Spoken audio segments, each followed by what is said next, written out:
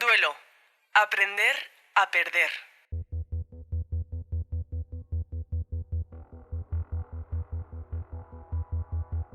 La magistrada Inés Soria e Iñaki Subijana, actual presidente del Tribunal Superior de Justicia del País Vasco, acumulan años de procesos judiciales diversos, complejos. Por Isabel León. Muchas veces ante el enfado reaccionamos con enfado, por ejemplo, ¿no?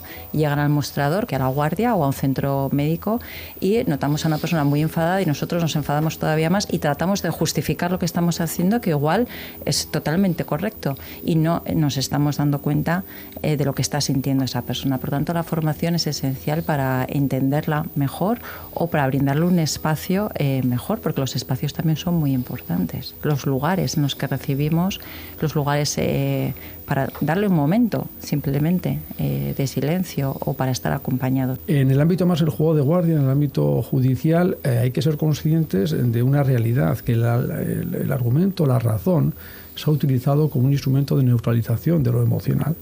Y precisamente por entender o pensar que la introducción de las emociones en el ámbito judicial puede comprometer la independencia o imparcialidad de quien está tomando decisiones, ¿no? Y eso es un elemento, en definitiva, con el que hay que contar.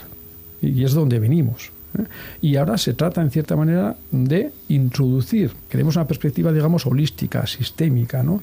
Queremos también una perspectiva holística respecto a lo personal. El espacio o el lenguaje son solo el principio si nos detenemos en uno de los duelos que este curso de verano va a poner sobre la mesa. Y es que el judicial es ya de entrada un lugar en el que suceden y por el que pasan muchas personas a lo largo de su vida.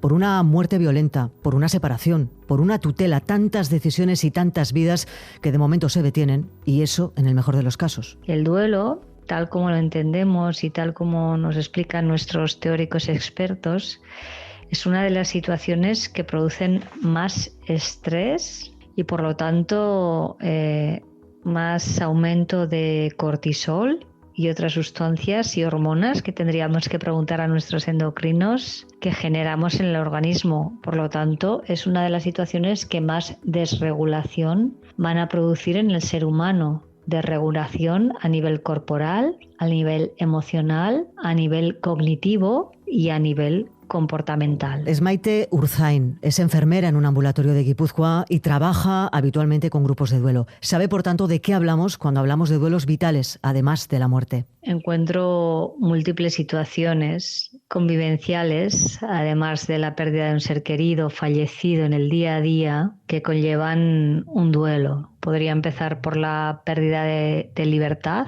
debido o no a un proceso de salud mental, porque a día de hoy, tal donde vivimos, ¿no? Esto nos puede llevar a diferentes ámbitos. La pérdida de capacidades, la soledad no deseada, la separación de la pareja, constituida o no en matrimonio, en pareja de hecho, conlleva una pérdida y a un duelo. A un duelo muy importante. Duelos en muchos casos escondidos en tratamientos. En muchas ocasiones, ¿no? Que la demanda de psicoterapia tenía que ver con algo concreto y cuando indagas, acompañas, exploras, ves que lo que hay detrás pues es una pérdida relevante para esa persona, ¿no? Y por eso esta iniciativa de Iñaki e Inés de que en el ámbito de la administración de justicia las personas puedan tener conciencia, y la conciencia se adquiere a través del conocimiento, ¿no? Del saber, puede hacer que los receptores de esa situación pues puedan sentir la empatía de alguien que puede ponerse en su lugar, que puede entender, entre comillas, qué es lo que le está ocurriendo y quizás pues darle tiempo, darle espacio para que la demanda que tiene la Administración de Justicia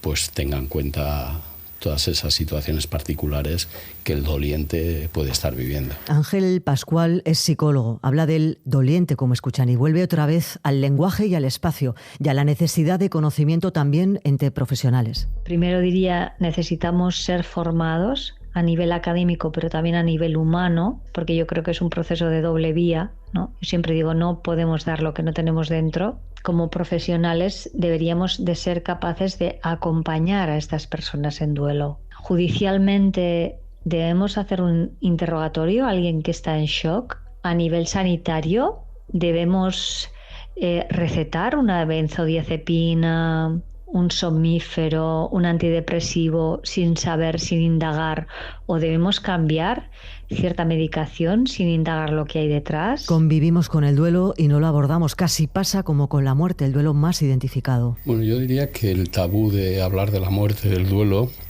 es, digamos, muy contemporáneo. Es decir, antes no era muy natural hablar del duelo y las generaciones no tan lejanas, ¿no? Mi generación, por ejemplo, hemos visto a nuestros mayores fallecer en casa.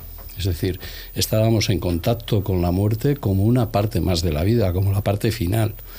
Pero quizás el cambio social, la individualización social, ha hecho que apartemos la muerte y todo lo que está alrededor de la muerte, los elementos funerarios y demás, lo hayamos ido apartando, como si sabemos que está, pero a ver si lo alejamos, ¿no?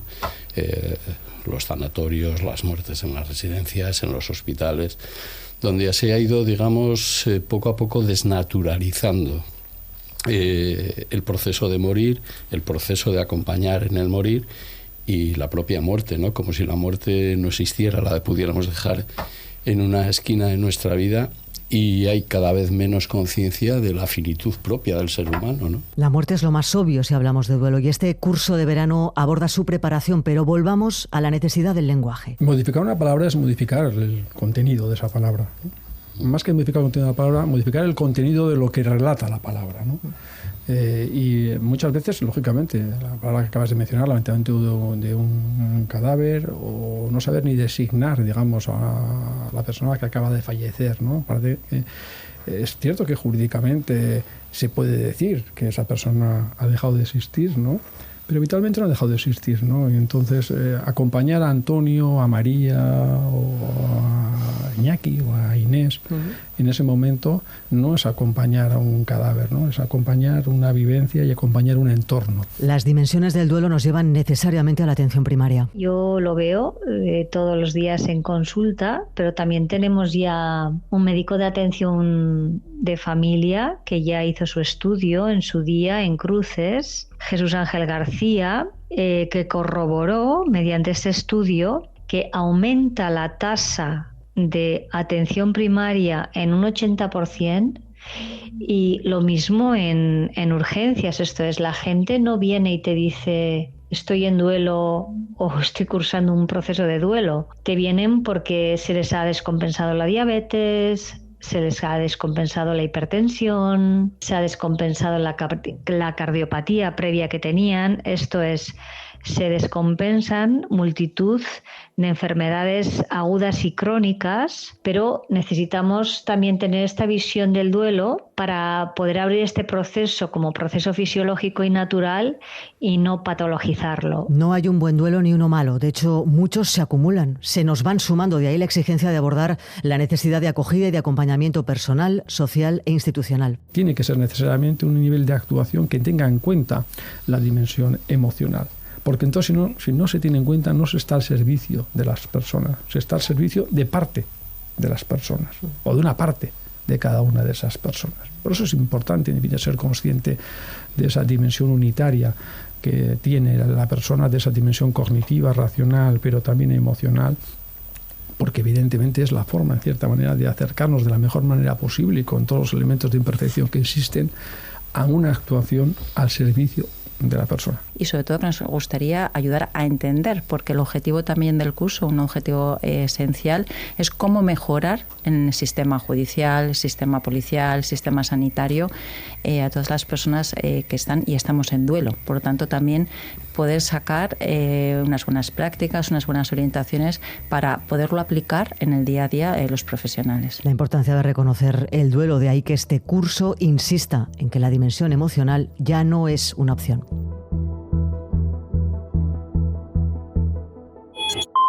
Crónica 24/7